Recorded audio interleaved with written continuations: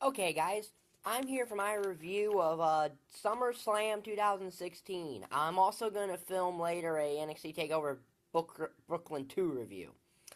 Uh, SummerSlam 2016 took place last Sunday, August the 21st, 2016, from the Barclays Center in Brooklyn, New York.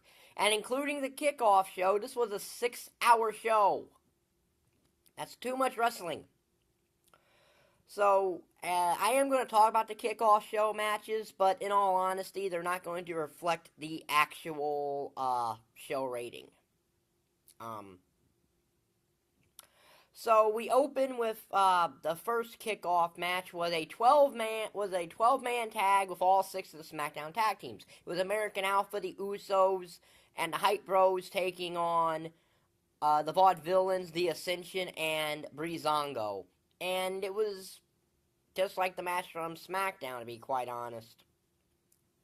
Nothing really here, but the Usos team win, and the Usos tease a heel turn. So, looks like they're going to be going after American Alpha, which is probably their best first starting feud anyway. Then we had Neville and Sami Zayn, who wasn't on the main card, but got relegated to this. They're taking on the Dudley Boys. Neville and Zayn win after a miscommunication from the Dudleys. So, and the final kickoff match, which got relegated to the pre-show after being on the main show, was the first match of the best-of-7 series between Cesaro and Sheamus. And the best match of the kickoff show, actually. I would have moved one of these other matches to the kickoff show and kept this one, because this was actually not a bad match. I didn't think it would be, but I don't know if they can maintain this for 7 matches, but Sheamus wins after the bro kick and a thumb to the eye, so he goes up 1-0. So the main show opened with Enzo, Amore, and Big Cass taking on Chris Jericho and Kevin Owens, or Jericho. Okay little match here. It's a 3-star match. My only gripe is Enzo and Cass. I would have preferred if they win because they were the hometown guys, and I don't know how long Jericho is going to last as a tag team, but Jericho went with a pop-up cold breaker. So, 3 stars. So then we get the WWE Women's Championship match. Sasha Banks versus Charlotte. 3.5-star match here. Very good match. Not as good as their match on Raw, mind you, but still a good match. Sasha had there were some bad botches here, or just in general, where Charlotte's trying a side slam off the top rope, but I guess she botches it, and Sasha lands on her head, and then there's this thing where Sasha counters the top rope where she's into her Rana, and she also came down on her head. Sasha's got to stop that, or she's going to end up not being able to wrestle to her fullest advantage anymore. Eventually, Charlotte is in the bank statement. She rolls through it and forces Sasha into a pinning combination and pins Sasha 1, 2, 3. So Charlotte wins back the Women's Championship. Now, from what I gather, this is because Sasha Banks is injured and is taking some time off to heal injuries. But if she was injured that bad in the first place, she probably never should have had the championship anyway. But since they took it back to Charlotte, it was basically a ratings pop when they did it on that Raw. But 3.5-star match. So then we get the WWE Intercontinental Championship match. The Miz versus Apollo Crews. Average match, 2.5 stars. Miz wins skull-crushing finale. Not a lot happened in this match. Apollo Crews doesn't need the championship yet because he doesn't have a character. When he gets a character, then talk to me about giving him a title. Until he gets a character, he shouldn't be anywhere near a belt yet. So 2.5 stars there. Then we get the bar none match of the night. And probably should have been SmackDown's main event, to be quite honest with you. As it's John Cena versus AJ Styles in a match that tops their Money in the Bank match, which I gave 4.5 stars to only because it didn't have a clean finish. This one I'm giving the full 5 stars to. Because it has a clean finish for starters, and it's a really good match. Yes, there's kicking out of finishers and all that, but you come to expect out of Cena from now on. But AJ, I think, needs to do this to really establish AJ, which Cena actually did. I mean, AJ's only the second guy to kick out of that top rope AA. Because the first was Kevin Owens at Money in the Bank last year, and now AJ Styles does it. Yes, Cena kicked out of the Styles Clash, but to be fair, Styles Clash is not AJ's actual finisher in the WWE. The Phenomenal Forearm and technically the Calf Crusher are more his finishers in the WWE than the Styles Clash is. Cena did kick out of one Phenomenal Forearm, but after a Styles Clash, AJ takes the elbow pad off and hits another Phenomenal Forearm with the elbow pad off, and gets the 1, 2, 3, and gets the clean victory over Cena. That's what I wanted to happen at Money in the Bank. I always said their Money in the Bank match deserved a clean finish either way. So, AJ wins, which is clean, and then Cena puts down his never give up pad, and he puts it on the ring. I'm like, I don't know what that means, honestly. 5 stars, though. So then we get the WWE Tag Team Championship match. New Day versus Gallows and Anderson or the Club. 2-star match, nothing special here. Jon Stewart is in New Day's corner to take the place of Big E. Gallows and Anderson have the match 1 after the Magic Killer. Jon Stewart gets in the ring for some reason. And they're about to give Jon Stewart ring post-itis when Big E comes in and gets New Day disqualified. Can the New Day please WWE lose the WWE Tag Team titles? It's getting quite annoying and quite old that they are still the Tag Team Champions when they don't need to be anymore.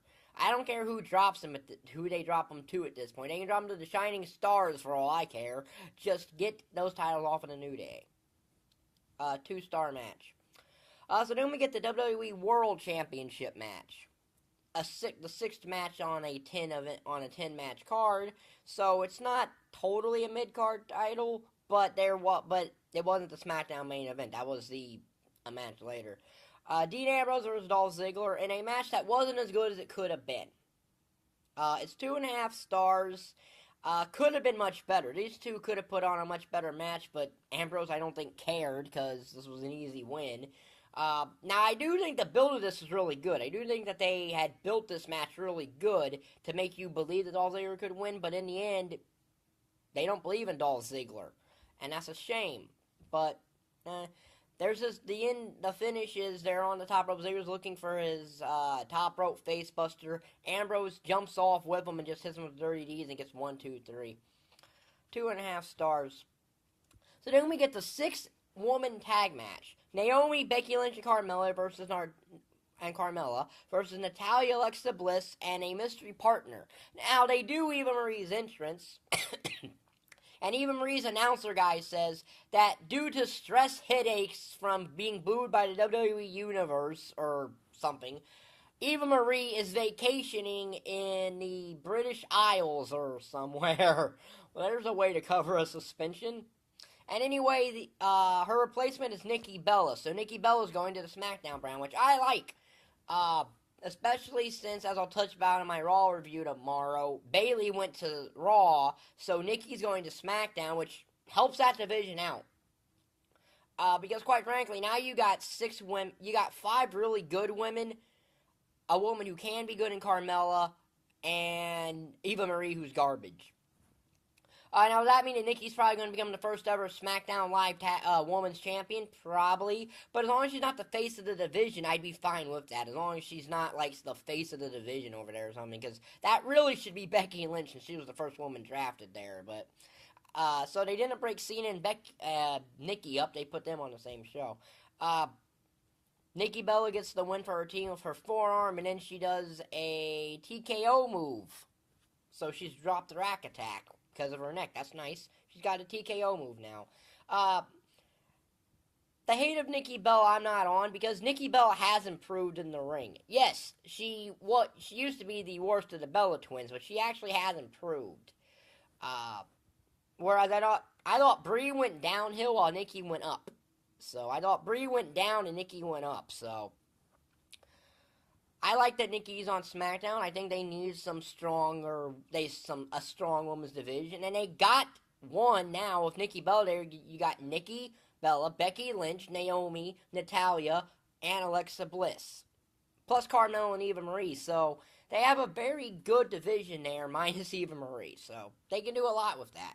They need some more tag teams for their tag division, but they at least have a somewhat strong women's division. So then we get the Universal Championship match. Finn Balor versus Seth Rollins in the second best match on this card. The only problem is it can't get its top rating from me because the crowd was more invested in booing the Universal Championship, which is a very lazy design because it's the WWE title that Dean Ambrose has with just painted red. It's like they chopped up Shinsuke Nakamura's pants and jacket and used that to make this title. So every chance they got, they were chanting things like, that belt sucks, that belt sucks, that belt sucks. And they also were doing the whole, we want a new belt chant and all that. Finn Balor wins the Universal Championship here, which, while I wasn't opposed to, and which I do disagree with because I thought he should have chased it, I'm not complaining about it. But I do think it should have went to Rollins because I think technically title chases go better with faces than heels. But sadly, Finn Balor is not going to get to defend this championship because he's injured. It's a freak accident, but maybe Rollins should stop using these turnbuckle powerbomb things, because, you know, he's injured a couple people with them doing that move, so maybe he should at least stop doing that.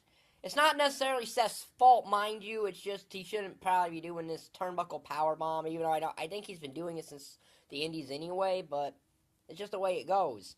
It sucks for Finn Balor, but we're going to have a new Universal Champion next week, which is probably going to be Rollins and Reigns, and I'll get to that in my Raw review. So a 4-star match there. So then we get the United States Championship match, Rusev versus Roman Reigns, which is no stars because it's not a match. It doesn't happen. It doesn't happen. It's a gigantic brawl, and Reigns gives Rusev a kayfabe injury of the ribs. That's what the WWE should have done is do this brawl last Monday and then do the match they had on Monday here. That would have worked, but they kind of reversed booked for some dumb reason that I don't get. So no stars there. So then the main event was Randy Orton versus Brock Lesnar, which I kind of knew would be the main event because this match was announced a month ahead of time and 3 weeks before Battleground. And 3 weeks before Battleground it was announced. So, yeah. It's a 1.5 star match, so I found this match to be boring. And really all Brock Lesnar is a suplex guy now. He's suplexing Randy Orton a lot. Orton has an RKO on the table, his draping DDT, and an RKO in the ring, which Lesnar kicks out of. Orton teases the punt kick, gets an F5. Orton kicks out, and then Brock Lesnar takes his gloves off, and he just batters Randy Orton to a bloody mess and gets a TKO. And then he F5 Shane McMahon, and that's how SmackDown ends. So 1.5 stars for that. Yeah. So out of 50 total stars, this show gets a 26.5. So it's 26.5, which makes it a C. Because honestly, there were matches that could have been better that weren't. So it's a C show. So if you like, that's my review of SummerSlam. I'll be up later today with an NXT TakeOver Brooklyn 2 review. So if you like this video, like button down there, subscribe button down there, and thank you for watching. Bye.